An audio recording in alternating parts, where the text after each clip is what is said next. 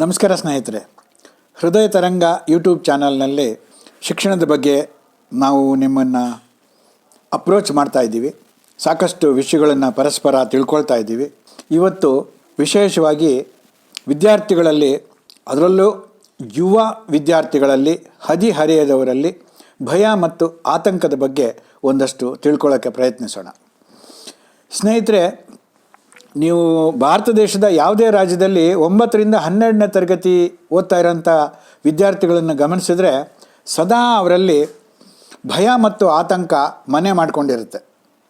ಇದು ಯಾಕೆ ಅಂತ ನಿಮಗೆ ಗೊತ್ತಿದೆ. ಯಾಕೆಂದರೆ ಆ ಸಮಯದಲ್ಲಿ ವಿದ್ಯಾರ್ಥಿಗಳನ್ನು ಈ ಮಂಗಳೂರು ಕಡೆ ಕಂಬಳಕ್ಕೆ ಬಿಟ್ಟ ಕೋಣ ಅಂತಾರೆ. ಕೋಣಗಳನ್ನು ವರ್ಷ ಪೂರ್ತಿ ತಯಾರು ಮಾಡಿ ಒಂದೇ ಸಲ ಓಡಿಸ್ತಾರಲ್ಲ, ಹಾಗೆ ನಮ್ಮ ಮಕ್ಕಳನ್ನು ಒಂದು ರೀತಿ ತುಂಬ ಒತ್ತಡದಲ್ಲಿ ಹೀಗೆ ಓದಬೇಕು, ಅದನ್ನೇ ಓದಬೇಕು, ಇಷ್ಟೇ ಓದಬೇಕು ಅಂಥೇಳಿ ಎಲ್ಲ ವಿದ್ಯಾಸಂಸ್ಥೆಗಳು ಕೂಡ ಅದನ್ನೇ ಒಂದು ವಿದ್ಯಾರ್ಥಿಗಳಿಗೆ ಬೇರೆ ಭವಿಷ್ಯನೇ ಇಲ್ಲ ಅನ್ನೋ ಥರ ಆ ರೀತಿಯ ವಿದ್ಯಾರ್ಥಿಗಳನ್ನು ತಯಾರು ಮಾಡಿ ಇಡೀ ದೇಶದಲ್ಲಿ ಒಂದು ಕಠಿಣವಾದ ಸ್ಪರ್ಧಾ ಪರೀಕ್ಷೆಯನ್ನು ತೆಗೆದುಕೊಳ್ಳೋದಕ್ಕೆ ತಯಾರು ಮಾಡ್ತಾರೆ.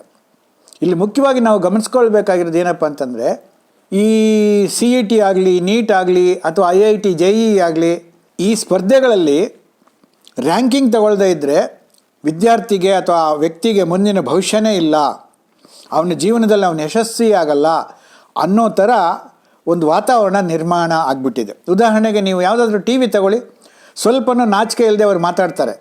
ನಿಮ್ಮ ಮಗು ಡಾಕ್ಟರ್ ಆಗಬೇಕಾ, ನಿಮ್ಮ ಮಗು ಇಂಜಿನಿಯರ್ ಆಗಬೇಕಾ, ಹಾಗಾದರೆ ನಮ್ಮ ಅಕಾಡೆಮಿಗೆ ಬನ್ನಿ, ನಮ್ಮ ಸಂಸ್ಥೆಗಳನ್ನು ಸಂಪರ್ಕಿಸಿ. ಸೊ ಹೀಗೆ ಅವರು ಜನಗಳನ್ನು, ಸಾಮಾನ್ಯ ಜನರನ್ನು ತಮ್ಮ ತೆಕ್ಕೆಗೆ ತಗೊಂಡು ಲಕ್ಷ ರೂಪಾಯಿ ಹಣವನ್ನು ಅದಕ್ಕೋಸ್ಕರ ಪೋಷಕರಿಂದ ಖರ್ಚು ಮಾಡಿಸ್ತಾರೆ. ಅದು ಹೇಗೆ ಪಂಜರದಲ್ಲಿಡೋವಂಥ ಗಿಣಿಗಳ ಥರ ಅವ್ರದ್ದೇ ಕಾಂಪೌಂಡ್ ಒಳಗೆ ಆ ಮಕ್ಕಳನ್ನು ಬೆಳಗ್ಗೆಯಿಂದ ರಾತ್ರಿವರೆಗೆ ಊಟ ತಿಂಡಿ ಅಲ್ಲೇ ಕೊಟ್ಕೊಂಡು ಅವರಿಗೆ ಏನು ಪ್ರಪಂಚದ ಜ್ಞಾನನೇ ಇಲ್ಲದಷ್ಟು ತಯಾರು ಮಾಡಿಬಿಡ್ತಾರೆ. ಇದಕ್ಕಾಗಿ ಒಂದು 2-3 ವರ್ಷಕ್ಕೆ 10-12 ಲಕ್ಷ ರೂಪಾಯಿ ವಸೂಲಿ ಮಾಡೋವಂಥ ಸಂಸ್ಥೆಗಳು ಕೂಡ ನಮ್ಮ ಮಧ್ಯೆ ಇದೆ. ನಾನು ಹೇಳೋದೇನೆಂದರೆ, ದಯವಿಟ್ಟು ವಾಸ್ತವವನ್ನು ಗಮನಿಸಿ. ಈಗ ನಮ್ಮ ಇಡೀ ದೇಶದಲ್ಲಿ, ಭಾರತದಲ್ಲಿ ಒಂದು ಉದಾಹರಣೆಗೆ ತಗೊಂಡ್ರೆ, ಒಟ್ಟು ಮೆಡಿಕಲ್ ಕಾಲೇಜಿನಲ್ಲಿ, ಸರ್ಕಾರಿ ಮೆಡಿಕಲ್ ಕಾಲೇಜುಗಳ ಸೀಟ್ ಇರೋದೇ 55,000. ಇಡೀ ದೇಶದಲ್ಲಿ ಎಲ್ಲ ರಾಜ್ಯಗಳನ್ನು ಸೇರಿ ನಾನು ಹೇಳ್ತಿರೋದು. ಈ 55,000 ಸೀಟುಗಳಿಗಾಗಿ ಒಟ್ಟು 23 ಲಕ್ಷಕ್ಕಿಂತ ಹೆಚ್ಚು ಜನ ಸ್ಪರ್ಧೆ ಮಾಡ್ತಾರೆ. ಯೋಚನೆ ಮಾಡಿ, ಪಾಸಿಬಿಲಿಟಿ, ಸಂಭವನೀಯತೆ ಎಷ್ಟು? 1.5ರಿಂದ 2%.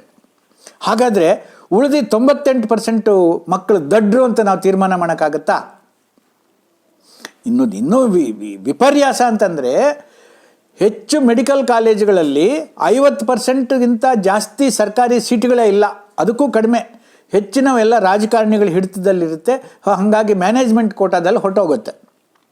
ಸೊ ನಾನು ಏನಕ್ಕೆ ಹೇಳೋಕ್ಕೆ ಇಷ್ಟಪಡ್ತೀನಿ ಅಂತಂದರೆ, ದಯವಿಟ್ಟು ನೀವು ಅರ್ಥ ಮಾಡ್ಕೊಳ್ಬೇಕಾಗಿರೋದು ಏನಪ್ಪ ಅಂತಂದರೆ, ನಮ್ಮ ಮಕ್ಕಳನ್ನು ನಾವು ಅನಗತ್ಯವಾದ ಒಂದು ಸ್ಪರ್ಧೆಗೆ ದೂಡ್ತಾ ಇದ್ದೀವಿ ಅನ್ನೋದ್ರ ಬಗ್ಗೆ ನಿಮಗೆ ಮೊದಲು ತಿಳುವಳಿಕೆ ಇರಲಿ.